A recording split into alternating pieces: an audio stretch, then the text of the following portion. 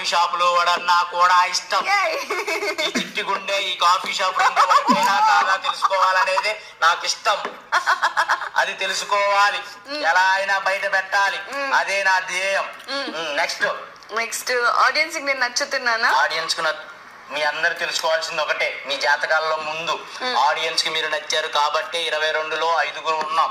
So మీరందరూ audience కి ఇష్టమే. కానీ బిగ్ బాస్ మనకి పరీక్ష పెట్టినట్టే ఆడియన్స్ కూడా ఒక పరీక్ష ఉంది, 5గురులో ఒక్కరిని ఎంచుకోవాలి అని. సో ఆడియన్స్ కి మనందరం ఇష్టం ఉన్నా కూడా ఒక్కరిని ఎంచుకుంటారు కాబట్టి వాళ్ళే కప్పు గెలుస్తారు. నువ్వు చీర కట్టినప్పుడు అందంగా ఉంటావు, బొట్టు పెట్టినప్పుడు బేషుగ్గా ఉంటావు.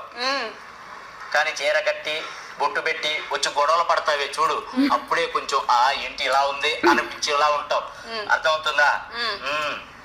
ఎమోన్ పవన్ నీ మంచి కోరుకుంటాడు కానీ నువ్వు వాడిని రేగట్లేదు. వాడు చాలా మంచోడు, వాడిని కూడా పట్టించుకుంటా ఉండు అప్పుడప్పుడు. అర్థమవుతుందా? ఇంకో ఒక్క నిమిషం ఉండు, జూమ్ చేసి చెప్తాను. ఇక్కడ ఏదో కరెక్ట్ గా ఒక ఆరో మార్క్ ఉంది చూడండి, కనబడిందా? ఈ ఆరో మార్క్ నీ కాబోయే వ్యక్తిని సూచించే మార్కు. ఈ ఆరో మార్క్ ఎటు సైడ్ తిరిగి ఉంది? ఇటుంది కదా, సైడ్ ఉన్నోడే నీ కాబోయే. నా సైడే తిరిగి రావాలి, ఈ చెయ్యి కోసమే వెయిటింగ్. జూములు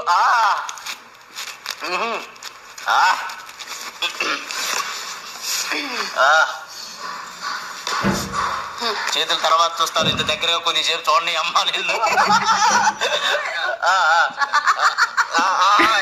ఎవరికో కాలకున్నట్టు కొంచెం నీళ్లు పోసుకోండి. Ready ready. చెయ్యంటే ఇది కదా, చెయ్యంటే ఇలాగే ఉండాలి కదా, చెయ్యంటే ఇట్టే ఉండాలి కదా. ఏమన్నా చెయ్యా, మంచి రాసుకున్నట్టున్నావు, స్మెల్ గుమాయించి కొడుతుంది తల్లి. చెప్పమ్మా. నేను ఇంతవరకు ఇలాంటి చెయ్యి చూడలే. అవునా? మరి ఇంత తెల్లగున్నది నేను ఎప్పుడు చూస్తాను? మొత్తం లేచిన కానీ చెయ్యే చేతులు చూసేవాడు.